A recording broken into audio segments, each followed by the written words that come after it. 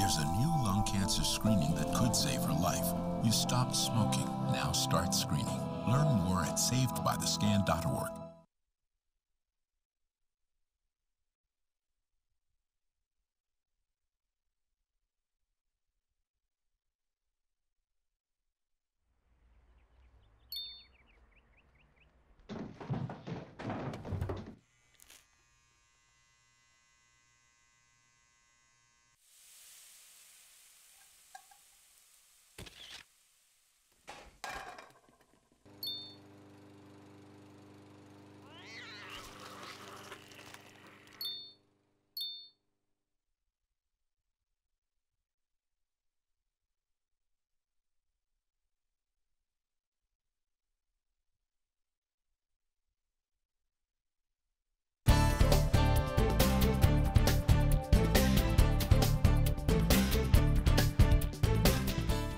Good evening and welcome to Eagle Eye News at 6. I'm Mary McCartney. And I'm Haley McCrossan.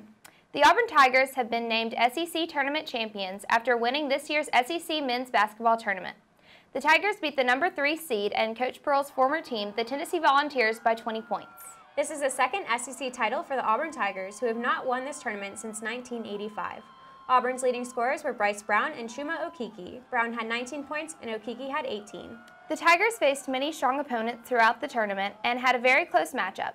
In the semifinals, they faced the University of Florida Gators, winning by only 3 points. Auburn fans celebrated the victory by rolling Toomer's Oaks. Auburn returned home from the tournament to a jam-packed Toomer's Corner, with fans celebrating their victorious arrival. Hey, on a real note though, I appreciate every single person that's out here right now, man. I appreciate all y'all. Hey, it's been some rough years in Auburn basketball, but y'all stay with me, man. I appreciate y'all. I appreciate y'all, man. Hey, I love all y'all, man. Yeah. Auburn also returned with news of their seeding in this year's March Madness tournament. The Tigers have been seeded at number 5 in the Midwest region. Other tough teams in this division include the University of North Carolina and the University of Kentucky. Auburn's first game will be this Thursday, March 21st at 12:30 p.m. The game will be aired on TNT. The SEC has made a large contribution to the Lee County tornado relief effort. They have made a donation of $100,000 that is set to be put towards support of students, faculty, and staff who have been affected by the tornadoes that tore through Lee County on March 3rd. Auburn University President Stephen Leith made a statement about the donation, saying in part, "This is a remarkable donation that speaks to the SEC's steadfast commitment to its member institutions and surrounding communities. As we continue to evaluate further ways in which our university can help those affected by the March 3rd tornadoes, this funding will be a tremendous boost to our coordinated efforts going forward." The tornado left 23 dead. Other major donors include NFL players Mark DeMarcus, Ware, and Hyundai. In a statewide news, Alabama has passed an increased fuel tax to help cover the cost of infrastructure repairs. The 10-cent increase could happen over 3 years. This would raise over $300 million for the state. Governor Kay Ivey has called on the legislature to a special session in an effort to approve the fuel tax legislation. She spoke at a press conference Friday about the need for the Rebuild Alabama plan.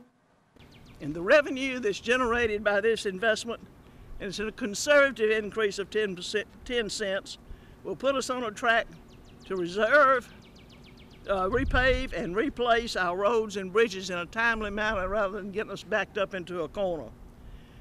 And with this increase in funding our infrastructure, Alabama will be more responsible in maintaining our roads and bridges. Alabamians will be safer and our future more prosperous.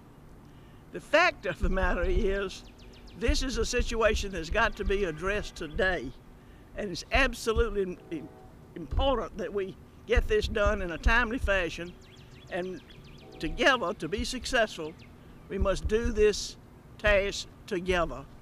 In her State of the State address, the governor pointed out several statistics surrounding Alabama infrastructure. The state's infrastructure funding has not been changed in nearly 30 years. Each year, over 69 billion miles are driven on Alabama roads. From 2015 to 2017, nearly 30,000 traffic deaths occurred in the state. 1/3 were attributed in part to road deficiencies.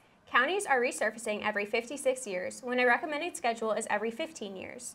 Over half of the 16,000 bridges are older than their 50-year lifespan. Bridges are replaced on average every 186 years in the state. Driving on rough roads costs the average Alabamian $507 annually in vehicle maintenance, equaling $2 billion statewide each year. The new revenue would be divided between the state, counties, and municipalities to be used mainly for road, bridge, and port improvements. A political action committee called Stop the Alabama Gas Tax has formed in opposition to the proposal. The group claimed Alabamians don't want the additional tax and is working to connect citizens with lawmakers. Alabama's fuel tax is currently 18 cents. After the break, Auburn police have made a recent arrest and learned more about Auburn's Eagles program. You're watching Eagle Eye TV, Auburn's news leader. It's my job to pay attention to the game, and I take my job seriously. While I'm busy watching the game, I need your help keeping an eye on the stands. If you see something that doesn't look quite right, tell a law enforcement official. We all play an important role in protecting our communities, and you can help. If you see something suspicious, say something to local authorities.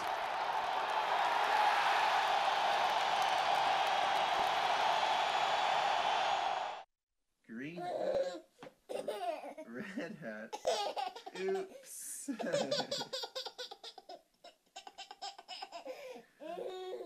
Red shirt, blue shirt, yellow shirt, oops.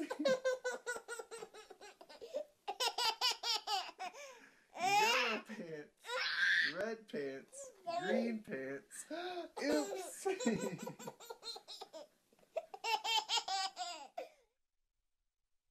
I see you mobbing over her. Let's go. Let's mob. Let's crawl. Let's crawl. Let's crawl.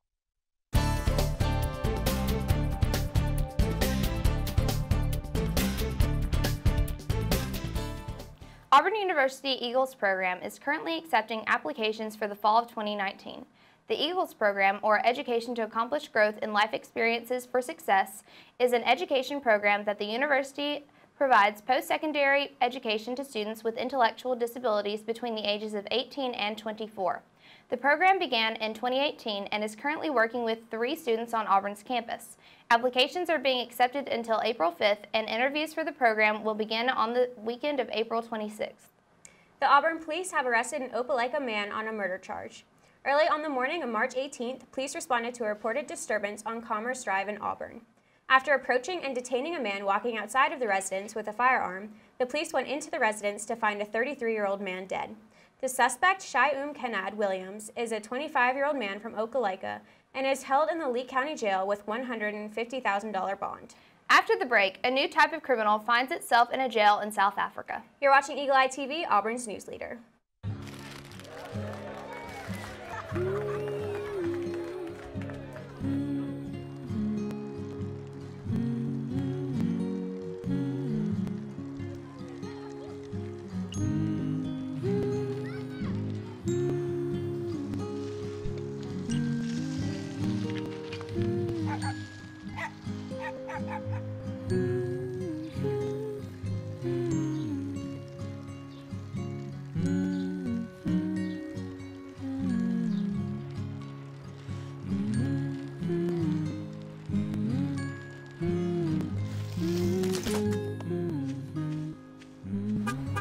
The things you've done with your bike, donating it to Goodwill may be the most incredible of all. Your donations help fund job placement and training for people in your community, which means your stuff can be more powerful than you think. Donate stuff, create jobs. Green hat, red hat, oops.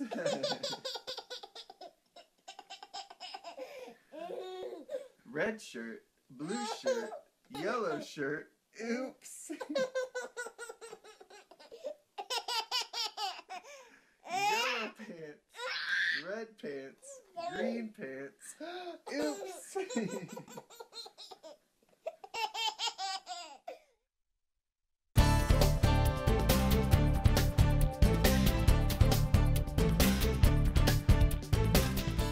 A Johannesburg prison had to make room for a new inmate last week.